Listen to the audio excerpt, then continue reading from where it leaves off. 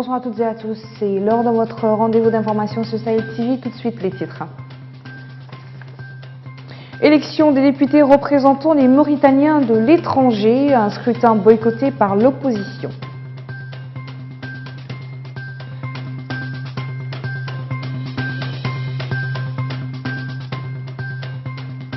Le prix du gaz domestique reste stable, mais les normes de stockage et de sécurité laissent à désirer.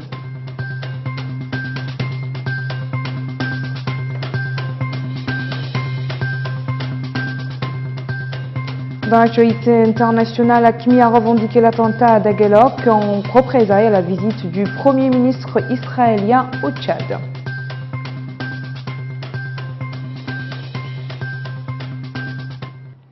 On a voté aujourd'hui à l'Assemblée nationale pour élire les députés représentant les Mauritaniens de l'étranger sans la participation de l'opposition qui a boycotté le scrutin.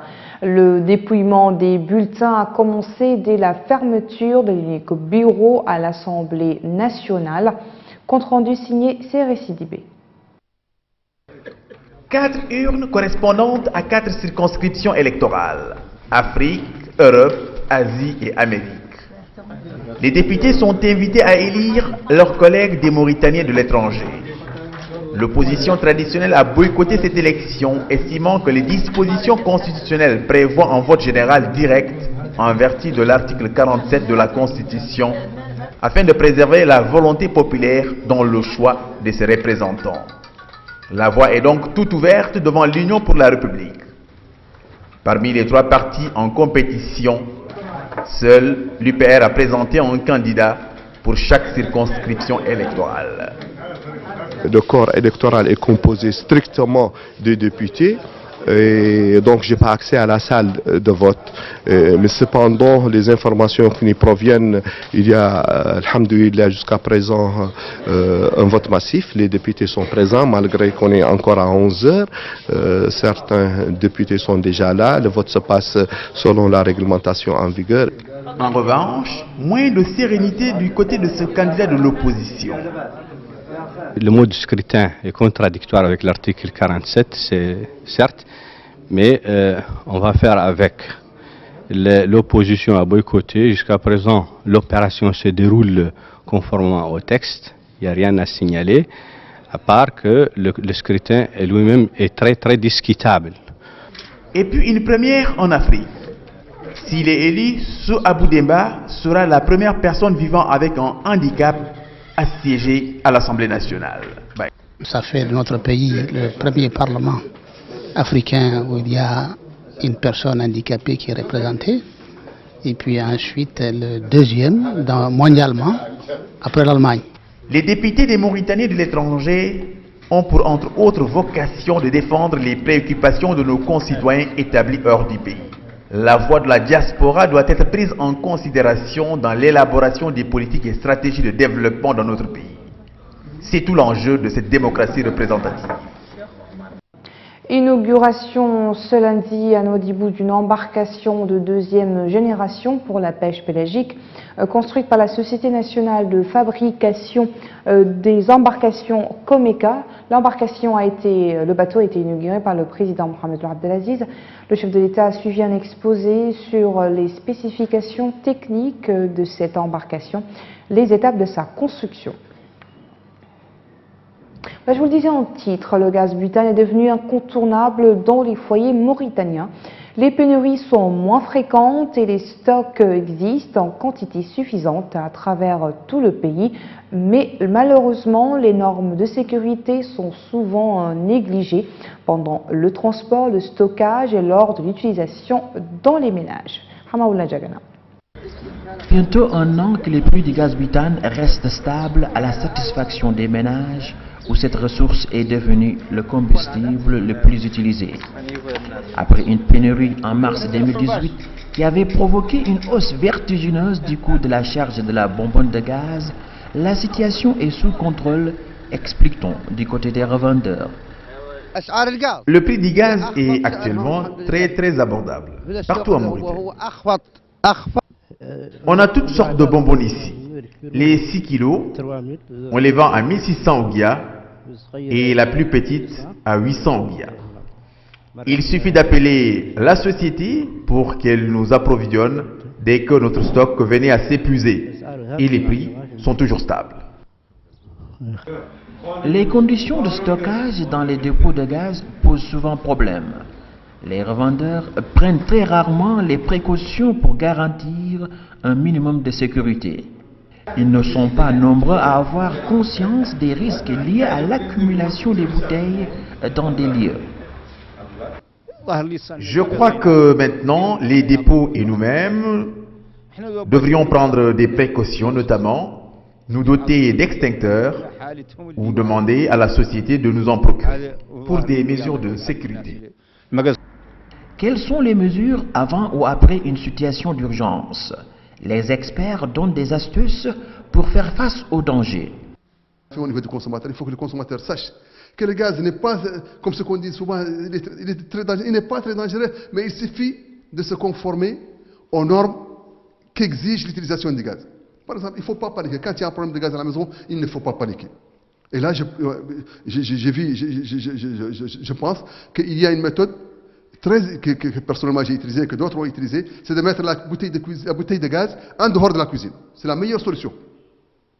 Il faut carrément mettre la bouteille du gaz à l'extérieur de la cuisine, l'alimenter par un flexible qui rentre dans la cuisine. Quand il y a un problème de gaz, il ne doit pas paniquer. Il doit tout, même si la bouteille a pris feu, il doit tout faire. Il doit prendre tout un comment dirais-je, un chiffon, carrément un toile, pas un toile, je dirais un voile, et qu'il le mouille carrément, il l'imbibe d'eau, et il encercle totalement la bouteille. Dès qu'il le fasse, la flamme va s'éteindre et il aura accès au robinet du gaz pour le fermer. La Mauritanie est sur le point de devenir une puissance gazière à l'échelle régionale avec l'exploitation commune du gisement gazier Grand Tortue Ahmeyim, situé dans les eaux sénégalo-mauritaniennes. Estimé à plus de 450 milliards de mètres cubes de gaz, ce gisement aura-t-il un impact positif dans l'approvisionnement de gaz au niveau national?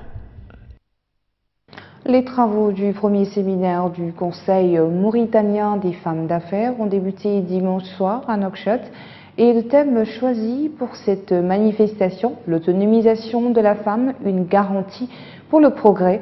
Au centre des travaux, la participation de la femme aux mécanismes de financement et l'économie numérique, en plus d'autres questions liées aux affaires. Le Conseil des femmes d'affaires mauritaniennes a participé à plusieurs forums internationaux au cours desquels il a occupé la première place au sein des femmes euro-méditerranéennes et à la 5e place de la conférence Casa Africa.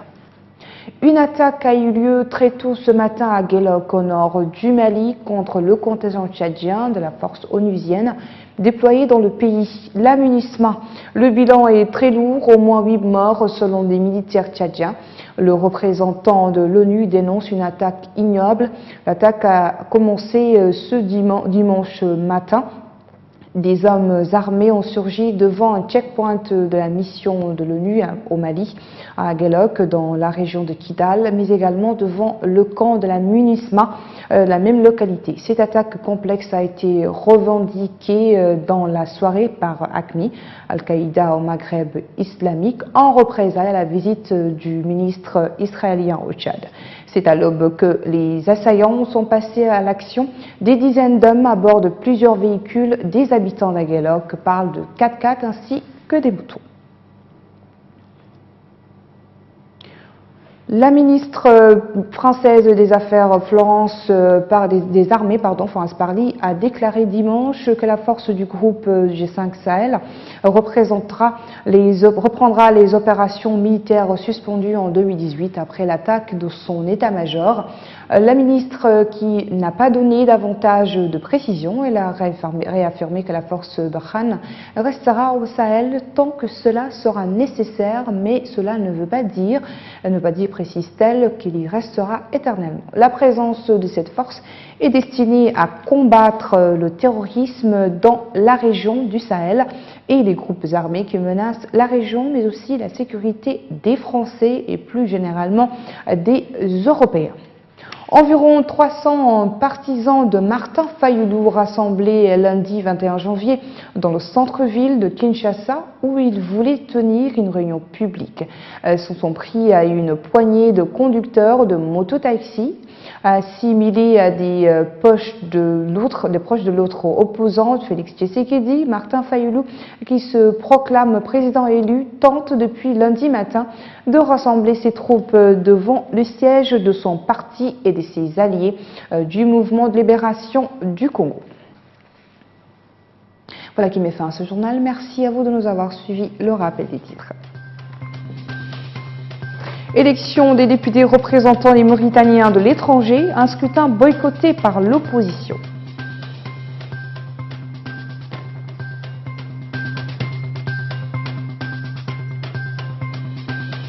Le prix du gaz domestique reste stable, mais les normes de stockage et de sécurité laissent à désirer.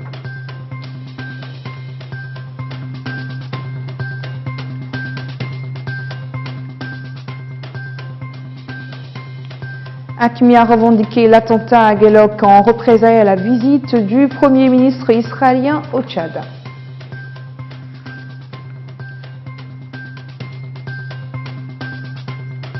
Merci de rester en compagnie des programmes de Sahel TV. Bonsoir.